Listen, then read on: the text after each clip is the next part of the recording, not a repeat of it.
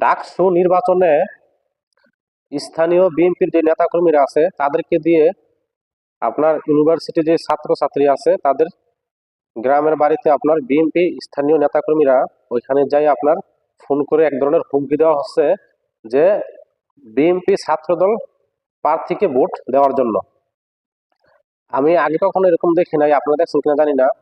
এখন ওই লোকেরা কিন্তু ভয়ে আছে যারা গ্রামে আছে, যে আমি আর যে ছেলে অথবা মেয়ে ওইখানে আপনার যে ইউনিভার্সিটিতে লেখাপড়া করতেছে ওদেরকে এক ধরনের ভয়ভীতি দেখিয়ে বলতেছে এই দলের প্রার্থীকে ভোট দেওয়ার জন্য।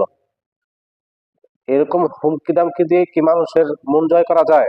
যদি আপনার মন জয় করতে হয় এরকম হুমকি দামকি বন্ধ করতে হবে।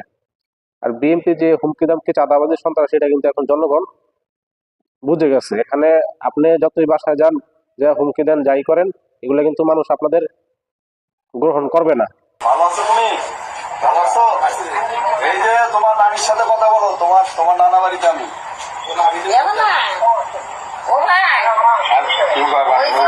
ওটি বললে ভোট হবে, তাই যে তোমার মাস্টার আইসে কাক দিবের পায় তাকিয়ে না ভোটটা দেয়, তোমার বলে ভোট আছে।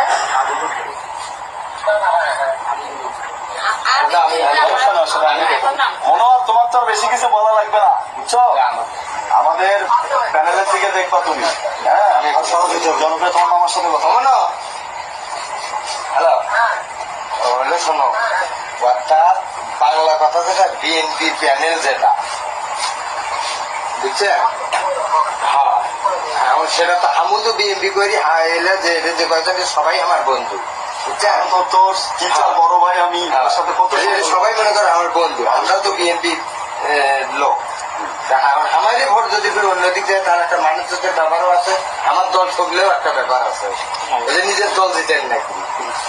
আর ভালো আবিদ, বুঝছেন? আবিদ ভাই ভালো। হ্যাঁ, ওই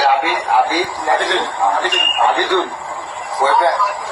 আচ্ছা, ঠিক আছে ঠিক আছে। মনোহর, তারপর তোমার একটু বন্ধু বান্ধব যারা আছে ব্যাচমেট, হ্যাঁ একটু দেখিও, কথা বলবা। ঠিক আছে ভাই, ভালো থাকো।